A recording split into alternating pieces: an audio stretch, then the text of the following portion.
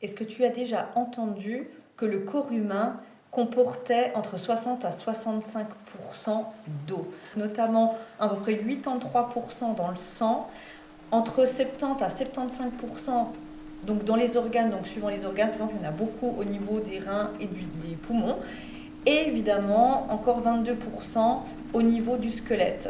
Donc vous imaginez bien que l'eau a une énorme influence sur le corps humain. Les ondes ont une influence sur l'eau, donc ont une influence sur le corps humain. Donc je vous laisse regarder déjà cette vidéo pour vous montrer comme les ondes peuvent avoir justement des effets, et ça c'est une vidéo parmi tant d'autres, je pourrais vous en faire découvrir davantage, et je reviens vers vous juste après. Déformez l'eau en la faisant passer par un tube qui vibre à une certaine fréquence, regardez ça.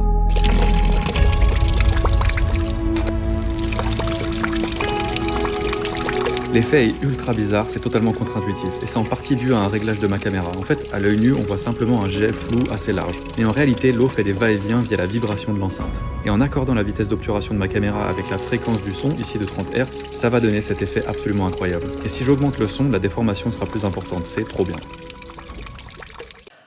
Donc, si vous comprenez que les ondes ont des effets sur l'eau et notamment de provoquer donc une modification moléculaire, vous imaginez qu'évidemment cela provoque aussi des modifications donc au niveau de notre corps. D'abord, les ondes style les ondes de téléphone, Wi-Fi, Bluetooth, voilà, les 4G, 5G, eh bien, il y aurait plutôt des effets négatifs.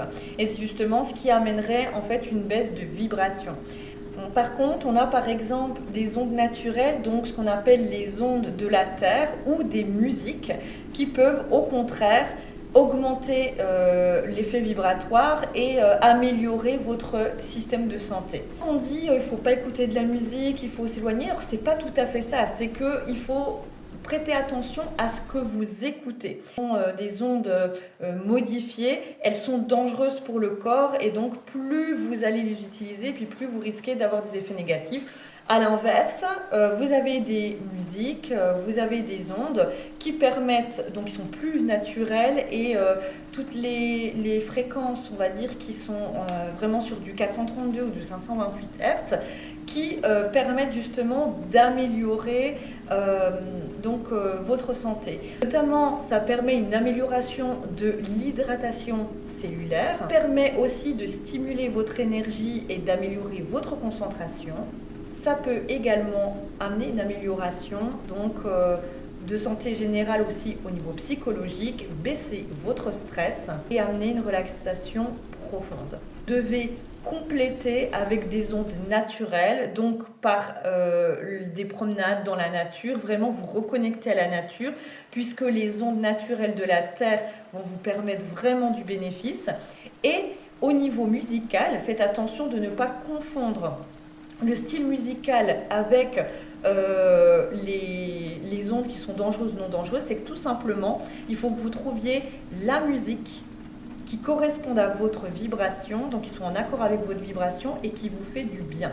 Donc vous pouvez très bien par exemple écouter du hard rock parce que vous aimez le rock ou le hard rock, parce qu'en fait quand vous l'écoutez, ça vous permet par exemple de libérer vos émotions. C'est une des musiques qui sera sur la bonne fréquence, donc ce serait une bonne vibration pour vous.